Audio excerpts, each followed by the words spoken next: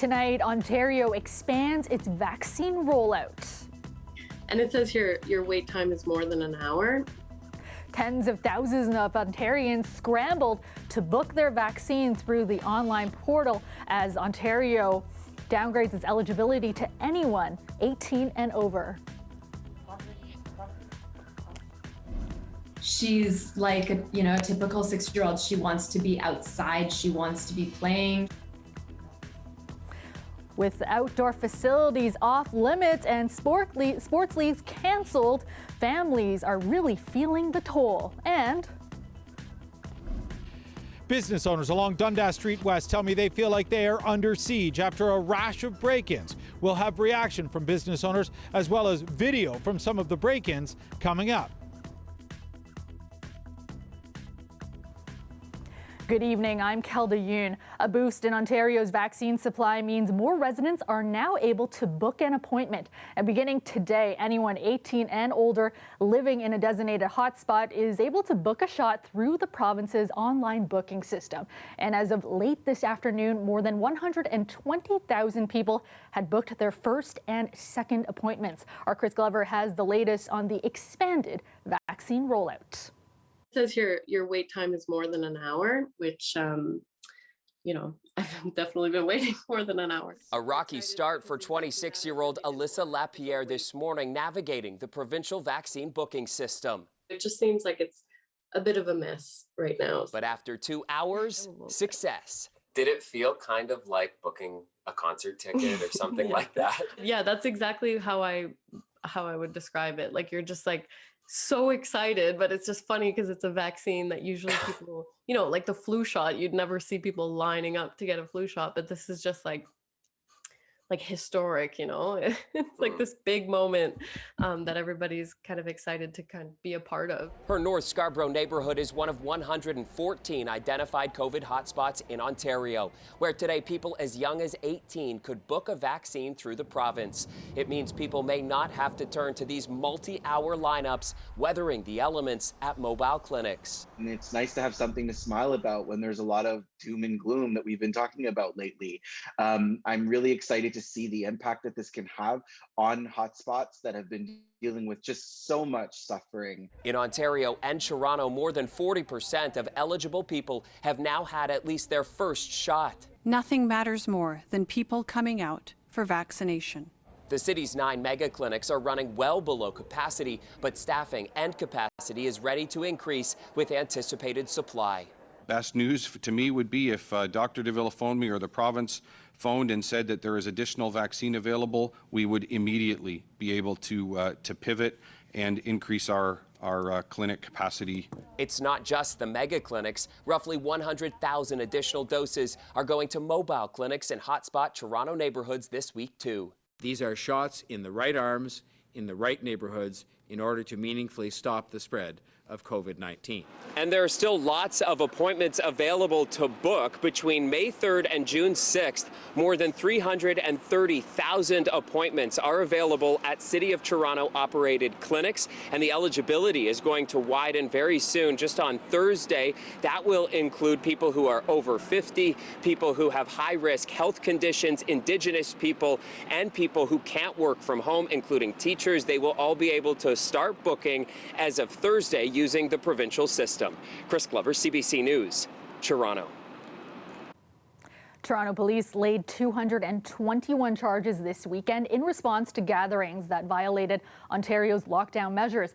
Police say they have been focusing mostly on large indoor events, but it appears officers are also on the lookout for people using outdoor facilities. Now, this photo of a national team volleyball player being told to stop training at Woodbine Beach on Saturday has been drawing a lot of criticism. While the province has ruled these facilities off limits, many are continuing to question why. Our Natalie Collada joins us now from a soccer field in Bloor West Village with more on how these rules have been affecting people across the city. Natalie.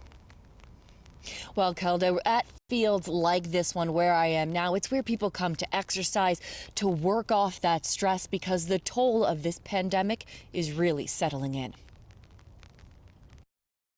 For the Burgo Browning family, springtime is normally soccer time. but likely not this year. My 6-year-old is like a typical 6-year-old. She wants to be outside. She wants to be playing. For her to be told that we are not doing that this spring anytime soon, it's really disappointing because they're sick of being inside. With lockdown restrictions, the girls' soccer league, like all outdoor organized sports, is on hold. It was such a blow, I guess, to us to not be able to start running last weekend and to have no certainty over when we can start. And that's not easy on families. For a while, they kind of, I don't know, we did our best to keep them entertained, but now they're like, what about all those extra things we used to do? Like, at the end of the day, I'm like, who's going to go run the kids? Like, we literally take them to run around. Adult sports leagues have also been barred from operating during lockdown. Pre-pandemic, 150,000 people a year played sports with Toronto Sport and Social Club. People need to get outside and be physically active, and there are safe ways of doing that. And so this is where it's frustrating. It's all starting to take an emotional toll. Data released today shows 83% of Ontario adults are feeling negative emotions during the pandemic, many reporting feeling anxious, bored, stressed, lonely, or isolated, and sad. 52% say they're coping with the pandemic stress by walking or exercising outside. The reality is, in the outdoor context, particularly where physical distancing is adequate, the risk of transmission is exceptionally low. Experts say it's more about the get-together afterward. That's the concern. It's the fact that you have mobility. It's the fact that you have potentially households interacting with other households that goes against, the rules that we've laid out that really drives these type of enforcement actions, but not really making a lot of biologic sense. Now, the leagues that we spoke to say many of them have pivoted successfully to online, but that online fatigue is very real, Kelda, and we also have to say that desire for social interaction and physical activity, well, that's not going away either. Yeah, for sure. We're all feeling it. Thanks so much, Natalie. That's our Natalie Collada reporting live for us tonight. Toronto Public Health is investigating a possible COVID-19 outbreak at a hotel where travelers flying into Canada are expected to quarantine. One woman who currently has a loved one staying at the Crowne Plaza Hotel says the situation is not safe. The most outrageous part about that for me is that they knew on Friday, but they booked him in on Sunday. This is what we were afraid of. When he was coming here, of course, nobody wants to really stay in a hotel. He could have easily quarantined at my house. He was so far from any COVID, and then I booked him into a COVID den of hell. CBC Toronto was first to report that health officials were investigating the hotel near Pearson Airport. A maintenance worker there said he tested positive for coronavirus and thinks he caught it while working. He said several other employees also recently tested positive and that physical distancing rules are not being enforced among staff. The public health unit says they are working to track all cases connected to the hotel. The federal government requires anyone flying into the country to isolate in a hotel for 3 nights to help reduce the risk of spread. Colette Kennedy joins us now with a first look at the forecast. And Colette, today overcast, on and off rain, not seeing a lot of sunshine yet for the month of May. Yeah, we're into this new month and it's really having trouble, Kelda, distinguishing itself from what was happening at the end of April with the weather pattern. So here we are with off and on showers and overnight tonight, some fog development as well. Allow a little extra time if you're one of our essential workers so that you can kind of take it easy on the roads in case that visibility is reduced into tomorrow morning. By about mid-morning to late morning, we'll have another band of some showers that are going to roll through again and then intermittent into the afternoon. However, late afternoon, getting a few sunny breaks developing, and that even adds to a risk of getting some isolated thunderstorms. Some of those sunny breaks, there may not be a lot of them, but any ones that we do could help to push our temperature even higher than where I'm taking it with the forecast, but this is what it looks like. Nearly steady overnight tonight, 8 for the low, and then tomorrow 16 degrees. And again, into the afternoon, that risk of a thunderstorm is in there, Kelda. Thanks, Colette. Durham police have released video of a brazen shooting at an intersection in Ajax last week. You can see 2 shooters get out of a car and open fire on another vehicle at a stoplight. Two people were sent to hospital with life-threatening injuries. A man and a woman have already been charged, but police are still looking for two suspects who fled in a black Hyundai sedan. The vehicle was found abandoned and on fire in Scarborough. Investigators believe the suspects fled that scene in a white Honda Civic. Well, business owners along Dundas Street West say they're feeling vulnerable after a string of break-ins in the past few weeks. Now, just this past weekend, 4 businesses were hit. Our Greg Ross spoke to some of the owners today. We knew it was coming. Ben Mole says he wasn't surprised to learn his restaurant, Ola Luna Tacos, was broken into Saturday morning, but he says it was still hard to wake up to this security video of a man using a hammer to smash through his front door. He spins the hammer before he goes in, and he breaks it right above the lock. He tries to get the lock but doesn't do it, so he just smashes the whole window down. Goes in, my alarm goes off, and he's in there for 2 minutes and gets what he could and then takes off. In the end, he got away with a DSLR camera, and Mole was left with a bill to replace his front door. A short time later, about a block away, what appears to be the same man is captured on security video smashing through the front door of Le Barreton restaurant. In this case, the thief got less than $50 in change, but didn't take anything else. We don't leave any cash. There was just 45 bucks left. I don't know why. And no booze, no computer, no nothing. Those are just 2 of the latest break-ins, but business owners around here tell me they've been almost nightly for the last 2 weeks. It's clear to me that he's looking for cash. Leslie Mattina believes the person that committed those 2 robberies is the same person who broke into her bakery a few weeks ago. She also captured it all on security cameras. He takes out this little piece of metal here. It's really heavy and pretty sharp, and throws it through the glass. The man is seen searching frantically behind the counter. He didn't find any cash, but he didn't leave empty-handed either. Leaves out the back door with one of our bikes and a backpack. Police have confirmed they are investigating an unusually high number of break-ins in the area in recent weeks. At this point, they're not able to confirm if they are connected. It has many other business owners in the area wondering if they're going to be next. It's appalling, it's scary, it's disheartening. There's been a lot of robberies. We're all talking about it, we're trying to identify who these people are, and we're all discussing what we can do best. What we really need is for the cops to drive by more often at night. Police say they're in the process of reviewing security footage from all of the businesses that have come forward. They're also looking for any witnesses with information on possible suspects. Greg Ross, CBC News, Toronto. You know, I think collectively as a society, we need to do some soul searching. The Minister of Long-Term Care refusing to apologize days after a scathing report found that the sector was not prepared to address the COVID-19 pandemic. We'll have that story after the break.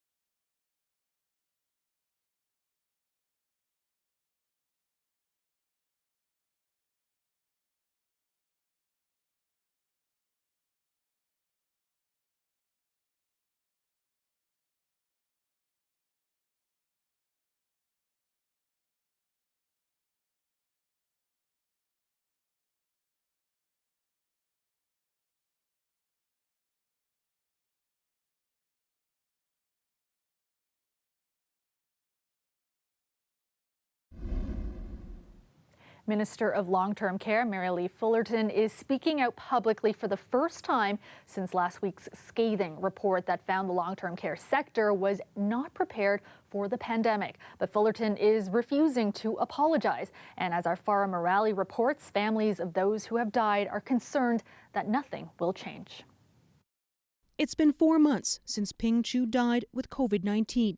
Her grandson says one of the last conversations he had with her after she was taken to hospital is still etched in his mind. She was crying in the phone, said, "They didn't give me hot water. I can't drink water. I'm not going there." After I repeatedly affirmed to my grandma that she's not going back to the home anymore.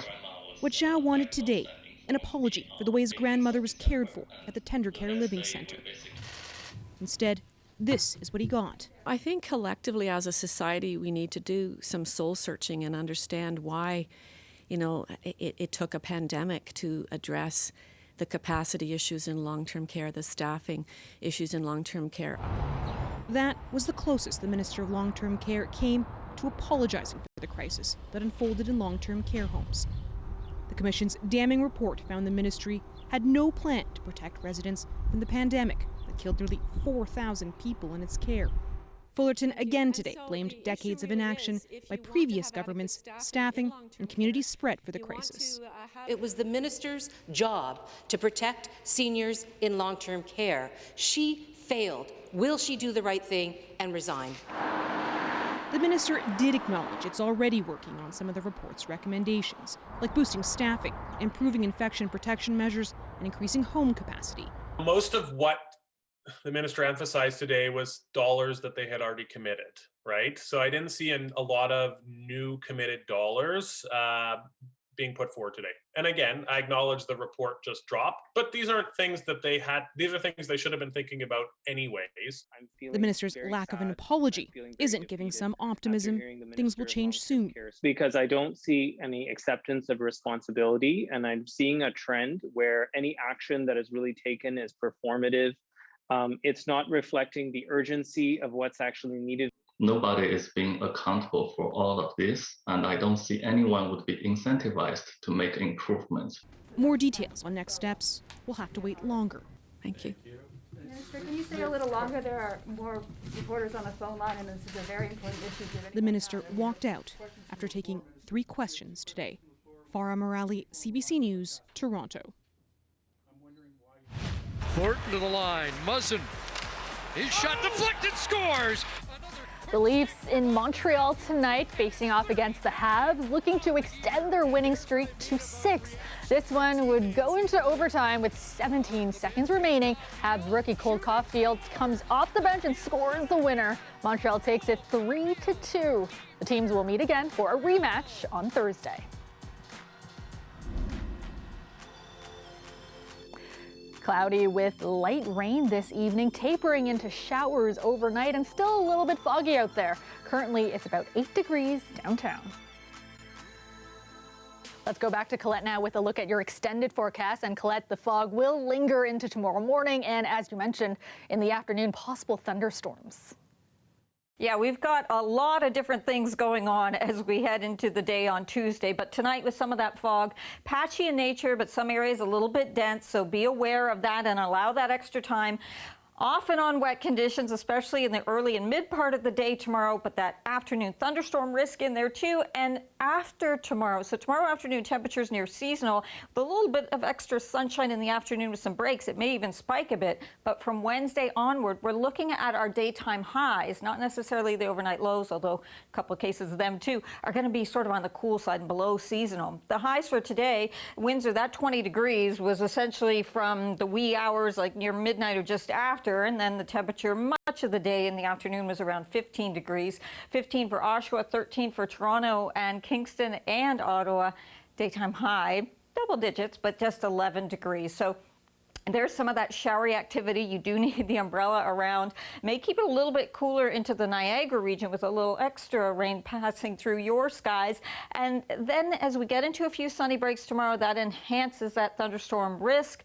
Then finally, we go into Wednesday and we will begin to see clearing late in the day on Wednesday. So still Wednesday morning overcast, probably a little bit of drizzle, and then it starts to break up. So late Wednesday, we'll get into some sun. You know, the sun's not setting till well after 8 o'clock now, so you will get to enjoy it, but just a little bit on the cool side still. Thursday, we'll have much of the day dry with some sunshine in there until late day Thursday, and pattern will come back on us with the rain showers. Tonight's temperatures look like this for you into southwestern Ontario with range of 10 to 12. Tomorrow, you will see, especially if you get into some clearing here in the afternoon, those temperatures picking up, but eventually those winds are going to turn to the northwest, and that'll put a cap on it, and things will start to cool down again. Tonight, right around the Golden Horseshoe, look at your readings there, and there you go for tomorrow. I put that cooler number into St. Catharines. We'll see if you break out of it earlier. 16 then for Toronto. Wednesday, 11 with decreasing clouds late in the day, and then there are those kind of cooler numbers. Even the overnight lows really below seasonal, Kelda. All right, thanks so much, Colette. This weather update is brought to you by Train. For a limited time, take advantage of 36 equal payments and 0% financing. It's hard to stop a train. It's Asian Heritage Month, and throughout May, CBC Toronto is focusing on GTA's many Asian communities in a new series called Boldly Asian. We begin tonight with two women who are trying to open the conversation on what it means to be a South Asian woman in today's society. Kirthana Sesatharan met up with them to talk about the expectations and the pressures they feel. Like any child of refugees or immigrants, you're kind of playing this like, what's my culture, what's my identity? For Niveda Sivaranjan, it's a constant struggle to make her family happy and keep herself happy too. And for her friend Farwa Farshori, that feeling is leading to burnout. It's this idea of being this third culture kid. We grow up in this community that's it places a huge emphasis on our home culture. So in my case, it would be like my South Asian Indian culture, but you're still in an environment which is Canadian. You're growing up with other friends. So you're trying to balance the two, and you're trying to find your place and your identity. Having shared similar struggles, the two friends decided in 2019 to take action, and it led them to start a peer support group tailored for South Asian women called Burnt Out Daughters. We've had such beautiful conversations where, we don't act as a therapy group, like a formal therapy group, but it ends up being therapy, and we end up having such cathartic conversations that sometimes it just feels nice to, share something and get it off your shoulders. Conversations about familial pressures, expectations, marriage and children don't often happen so openly in South Asian communities. For Sivaranjan, Burnt Out Daughters creates a safe space. We just want to be able to be seen and validated in our experience, be heard, and just know that there's a non-judgmental space for you to be able to, share your piece and not be told that not be gaslit, essentially. And you can read more about Burnt Out Daughters on our website. Head to cbc.ca/Toronto. And we'll be bringing you more stories as part of our Boldly Asian series all month. Stay with us. We'll be right back.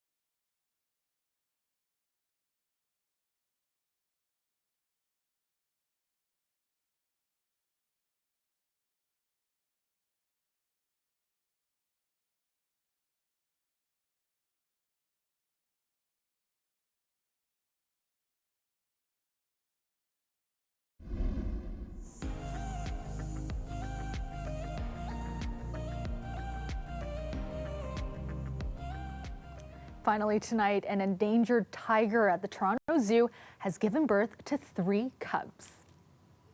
The zoo says Mazzy, an Amur tiger, gave birth overnight on Friday after 104 days of pregnancy. Mother and cubs are doing well and are being monitored through remote cameras to allow them to bond undisturbed. The zoo says the first few months of life are critical, and assuming everything goes well, the cubs will have their first checkup in 6 to 8 weeks. Amur tigers were previously considered critically endangered, but their status was changed to endangered in 2007. And that is our show for you tonight. Thank you so much for watching. Dwight Drummond has your next local newscast tomorrow at 6, and I will see you back here tomorrow night at 11. Have a great night, everyone.